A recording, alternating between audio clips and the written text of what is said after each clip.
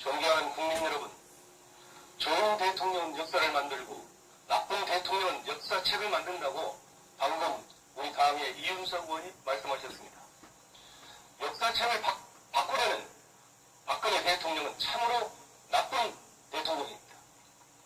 조선왕조실록은 조선의 정통성을 입증하는 역사 교과서였습니다.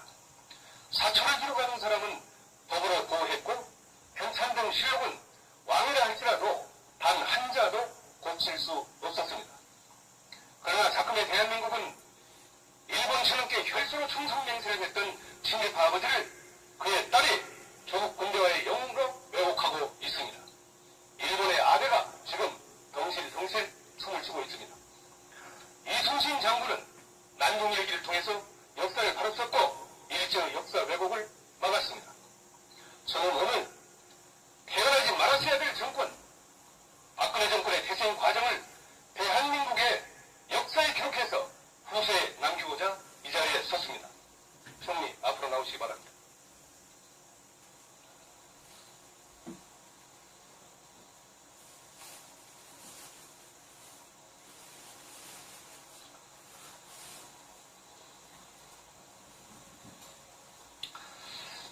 먼저 묻겠습니다. 박근혜 정부의 정통성은 어디 있다고 보십니까? 국민들의 선거를 통해서, 선거 과정을 통해서 대통령으로 당선되셨고 국민들에게 그 권한이 있다고 생각을 합니다. 맞습니다. 박근혜 대통령은 선거를 통해서 선출된 대통령입니다. 그런데 선거 부정, 개표 조작에 의해서 당선됐다면 대통령이 정통성과 자격에 중대한 문제가 발생합니다. 어떻게 생각하십니까?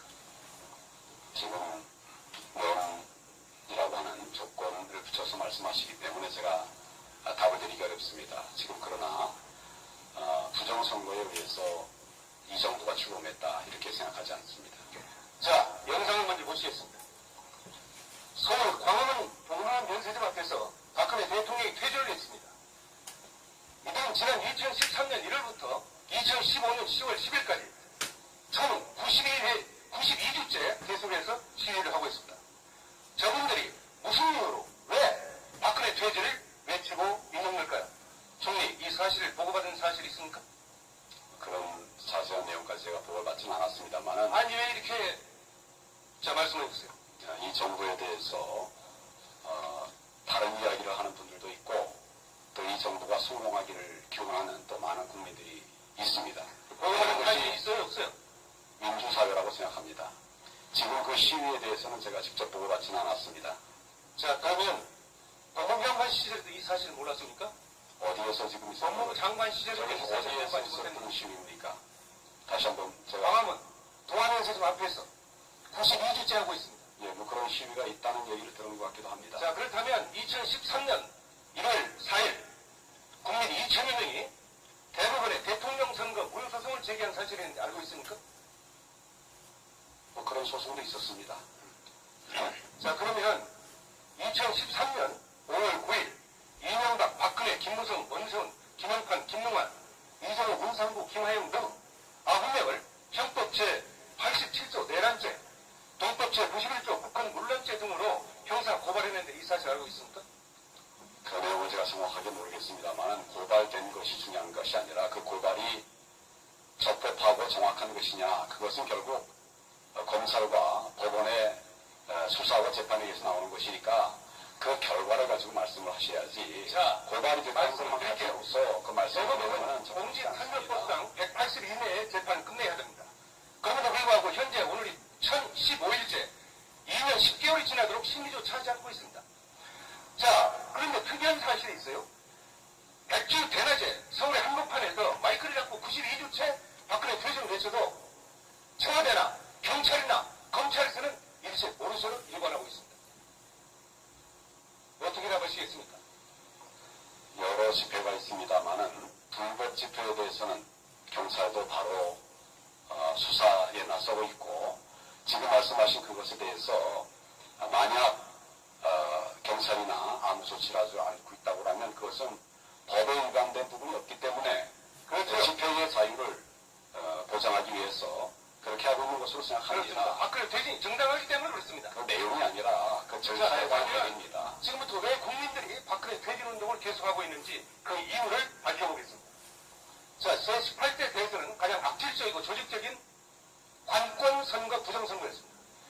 자, 새누리당이 십자군 알바단을 운영해서 부정선거를 자행했습니다.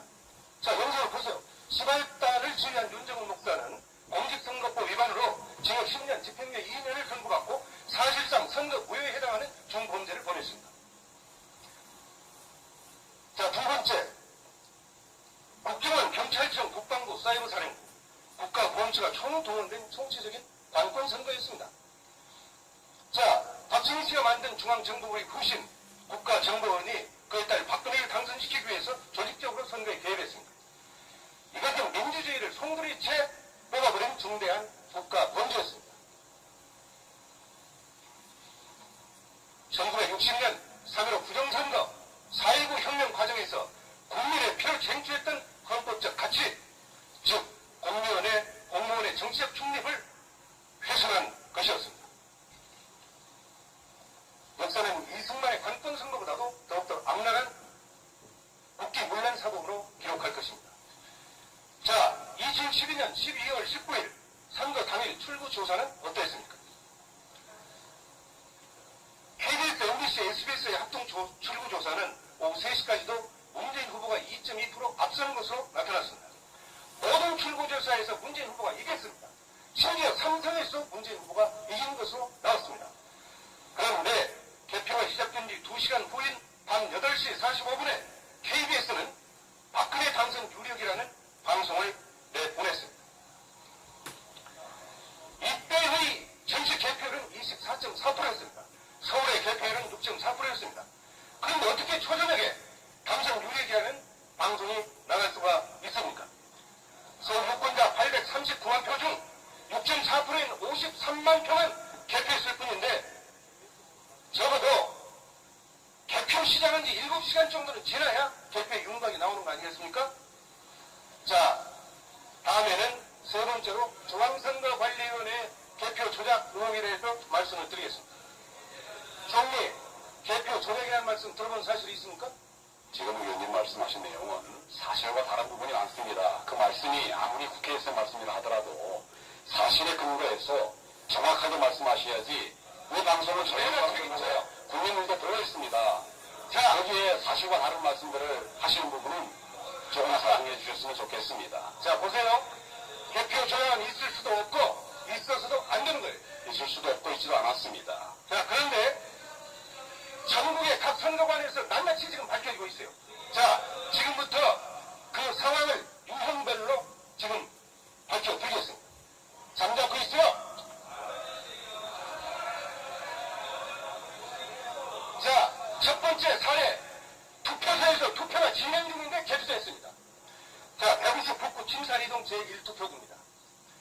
개표 개시 시각이 16시 43분, 개표 종료 시각이 16시 57분입니다.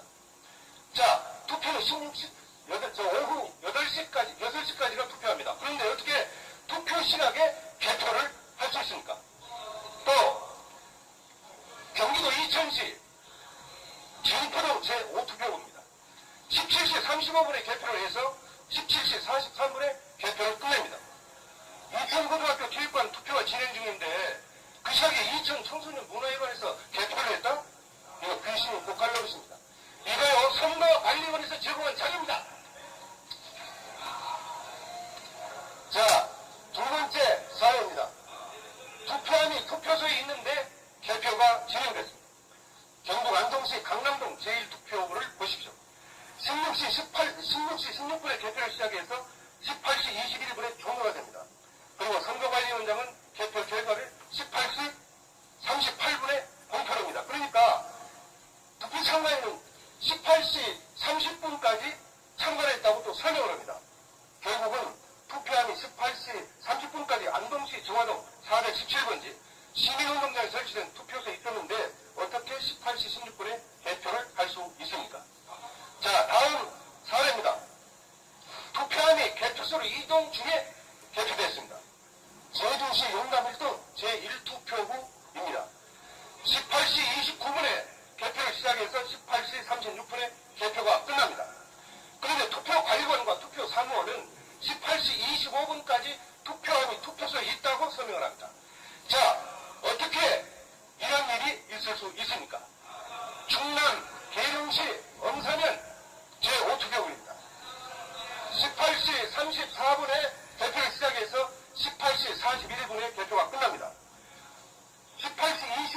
투표함이 개표소로 출발했는데 어떻게 개표가 진행됐는지 알 수 없는 일입니다.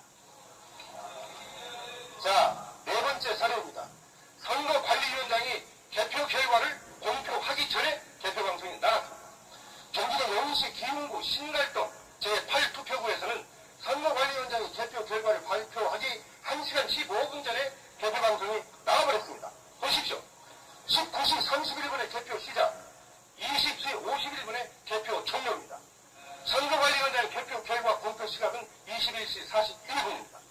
그런데 용시 선관위는 언론사의 개표 결과를 20시 26분에 전송합니다. 개표 결과를 공표하기 1시간 15분 전에 방송이 나갔습니다. 개표가 한참 진행 중인 시각에 개표 방송이 나갔다는 말입니다. 자, 다섯 번째 사례입니다. 개표 방송이 나간 후에 개표한 사례입니다. 영등포구 대림 3동 제7투표구입니다. 23시 16분에 개표 시작을 해서 23시 31분에 개표가 종료됩니다. 선거관리위원장은 투표 결과를 자정이 넘은 0시 16분에 공표합니다. 그런데 영등포 선거관리는 개표 결과를 22시 35분에 언론사로 전송을 합니다. 자, 결론적으로 투표함을 열기 41일 전에 41분 전에 개표 결과를 보냈습니다. 선거관리위원장의 개표 결과 발표 1시간 41분 전에 개표 방송이 나갔습니다. 정말 기가 막히지 않습니까? 어떻게 생각하세요? 지금까지 말씀을 쭉 들었습니다만 위원님의 말씀은 박근혜 대통령을 대통령으로 찍어준 정말 많은 이 국민들의 투표 결과를 정말 명예훼손하는 이런 잘못된 내용입니다. 이 중앙선거관리위원회 투표 기록표예요. 그리고 또 언론에 대해서도 마찬가지로 언론이 부정 투표 결과를 발표했다. 이 자체가 그 자체도 참 언론에 대한 중대한 명예 침해라고 생각을 합니다. 또 지금 말씀드린 여러 예들이 든 것은 제가 납득할 수 없는, 들어보지 못한, 제가 그 당시에도 정부에 있었던 그러니까 이 나라 꼴 아닙니까? 들어보지 못한 사실과 다른 그런 얘기를 듣고 있습니다. 알고 있습니다. 이 부분은 세계에서도 공정성을 인정받고 있는 우리 대한민국의 중앙선거관리위원회의 명예를 훼손하는 아주 심각한 발언이라고 말씀을 드립니다. 중앙선거관리위원회 자료라고 말씀드리지 않아요, 지금? 자, 또 있습니다. 계속해서 말씀드릴게요. 강원도 춘천시 동래면 제1투표구입니다. 21시 14분에 개표를 시작해서 21시 24분에 개표가 끝납니다. 그런데 개표가 끝나기 1시간 34분 전인 19시 40분에 선거관리위원장이 개표 결과를 공표합니다. 보십시오. 투표함이 뚜껑 달린 채 멀쩡히 있는데 어떻게 1시간 34분 전에 개표 결과를 발표하고 방송할 수 있습니까? 자, 마지막으로 하나만 더 볼게요. 부산시 사상구 언궁동 제6투표구입니다. 21시 34분에 개표를 시작해서 21시 46분에 개표가 끝납니다. 선관위원장 개표 결과를 22시 09분에 공표합니다. 그런데 개표 결과를 언론사에 제공한 시각이 20시 57분이었습니다. 그러니까 개표 방송이 나간 37분 후에 개표가 시작이 됩니다. 개표 방송이 나간 1시간 12분 뒤에 개표 결과가 공표됩니다. 참으로 어처구니 없는 일입니다. 이와 같은 일들이 전국 각 지역 선관위에서 60% 이상 벌어지고 있습니다. 이것이야말로 개표 조작이 아니고 무엇입니까? 자, 말씀을 드리겠습니다. 결과로 말씀드리면 또 있어요. 충청남도는 투표수보다 득표수가 59,420표가 더 많았어요. 또 인천시는 중등 집계 과정에서 1,657표가 사라져버렸습니다.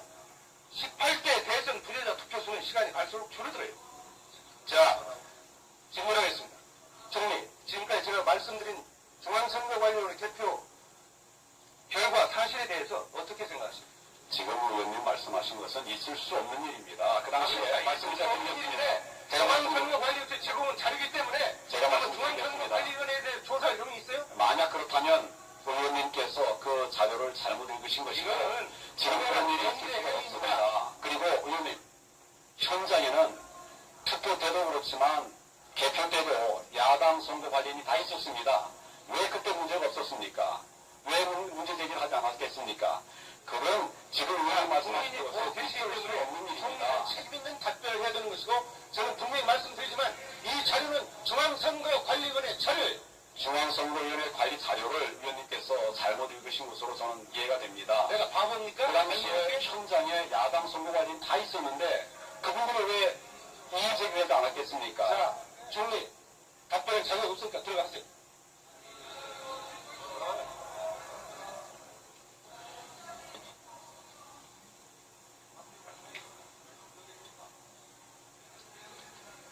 가만히 듣고 계세요. 서영교 의원. 존경하는 국민 여러분, 소련의 독재자 스탈린은 이렇게 말했습니다. 투표는 인민이 하지만 개표는 권력자가 한다. 투표하는 자는 아무것도 결정하지 못하고 개표하는 자가 모든 것을 결정한다고 말했습니다. 소련의 독재자 스탈린이 말한 이 현상이 대한민국에서 지금 벌어지고 있습니다. 결론적으로 박근혜 대통령의 정통성은 없습니다.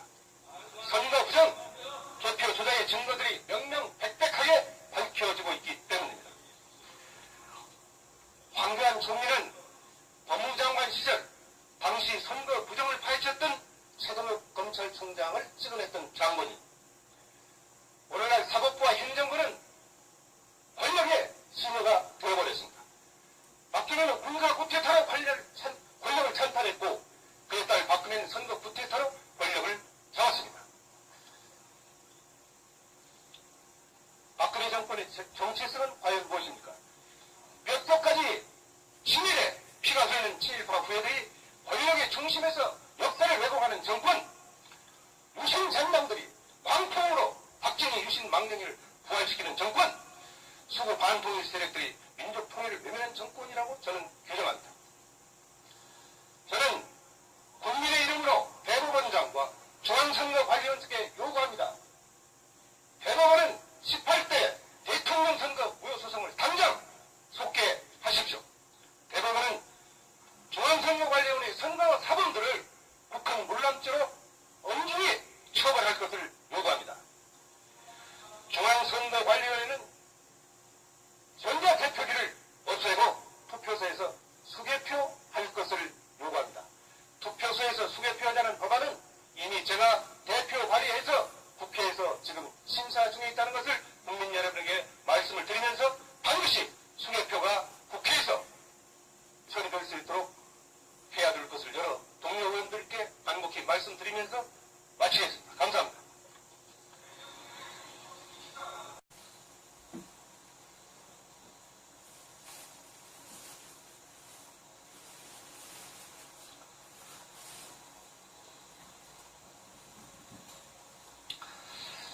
먼저 묻겠습니다.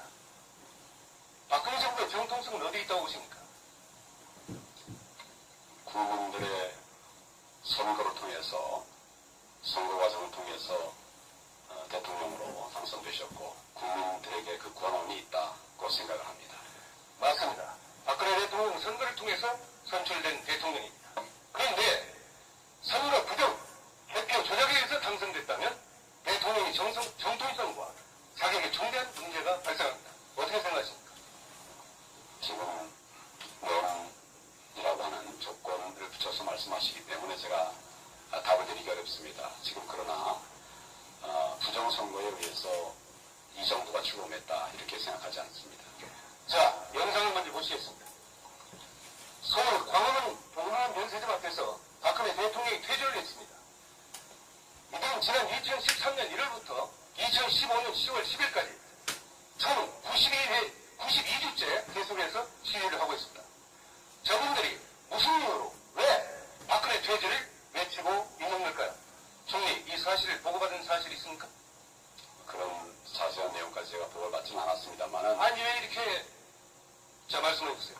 이 정부에 대해서 다른 이야기를 하는 분들도 있고 또 이 정부가 성공하기를 기원하는 또 많은 국민들이 있습니다. 보고받은 사실이 있어요 없어요? 민주사회라고 생각합니다. 지금 그 시위에 대해서는 제가 직접 보고받지는 않았습니다. 자 그러면 법무부 장관 시절에도 이 사실을 몰랐습니까? 어디에서 지금 있었던 법무부 장관 시절에도 이 사실을 어디에서 보고받지 있었던 못했는데 시위입니까?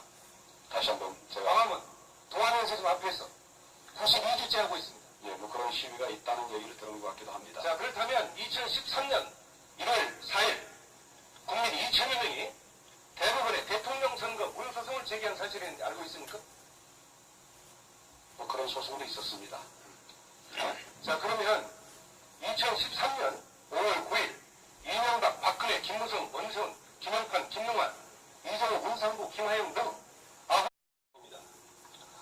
존경하는 국민 여러분, 좋은 대통령은 역사를 만들고 나쁜 대통령은 역사책을 만든다고 방금 우리 당의 이윤석 의원이 말씀하셨습니다. 역사책을 바꾸려는 박근혜 대통령은 참으로 나쁜 대통령입니다. 조선왕조 실록은 조선의 정통성을 입증하는 역사 교과서였습니다. 사초를 기록하는 사람은 법으로 보호했고 편찬 등 실록은 왕이라 할지라도 단 한자도 고칠 수 없었습니다. 그러나 자금의 대한민국은 일본 신흥께 혈수로 충성 맹세를 했던 친일파 아버지를 그의 딸이 조국 군대와의 영웅으로 왜곡하고 있습니다. 일본의 아베가 지금 덩실덩실 춤을 추고 있습니다. 이순신 장군은 난동 일기를 통해서 역사를 바로 썼고 일제의 역사 왜곡을 막았습니다. 저는 오늘 태어나지 말았어야 될 정권, 박근혜 정권의 태생 과정을 대한민국의 역사에 기록해서 후세에 남기고자 이 자리에 섰습니다. 총리 앞으로 나오시기 바랍니다. 한명을 형법 제87조 내란죄, 동법 제91조 북한 문란죄 등으로 형사 고발했는데 이 사실 알고 있습니까? 그 내용을 제가 정확하게 모르겠습니다만 고발된 것이 중요한 것이 아니라 그 고발이 적법하고 정확한 것이냐, 그것은 결국 검찰과 법원의 수사와 재판에 의해서 나오는 것이니까 그 결과를 가지고 말씀을 하셔야지. 자, 고발이 됐다는 것만 가지고서 그 말씀을 대법원은 공직선거법상 180일 이내에 재판을 끝내야 됩니다. 그럼에도 불구하고 현재 오늘이 1015일째 2년 10개월이 지나도록 심리조차 하지 않고 있습니다. 자, 그런데 특이한 사실이 있어요. 백주 대낮에 서울의 한복판에서 마이크를 잡고 92주째 박근혜 퇴진을 외쳐도 청와대나 경찰이나 검찰에서는 일체 모르쇠로 일관하고 있습니다.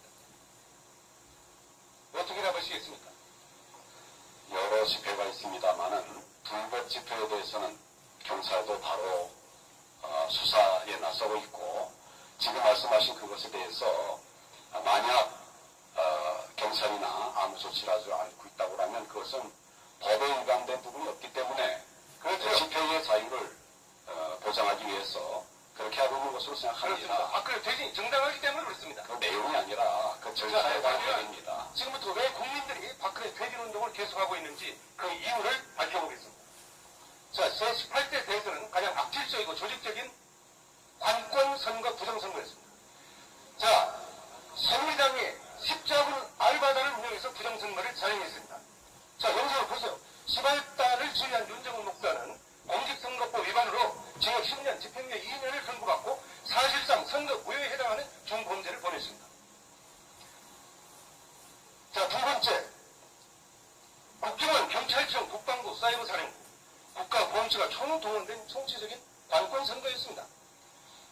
자, 박정희 씨가 만든 중앙정보부의 후신 국가정보원이 그에 따라 박근혜를 당선시키기 위해서 조직적으로 선거에 개입했습니다. 이것은 민주주의를 송두리째 뽑아버린 중대한 국가범죄였습니다. 1960년 3.15 부정선거,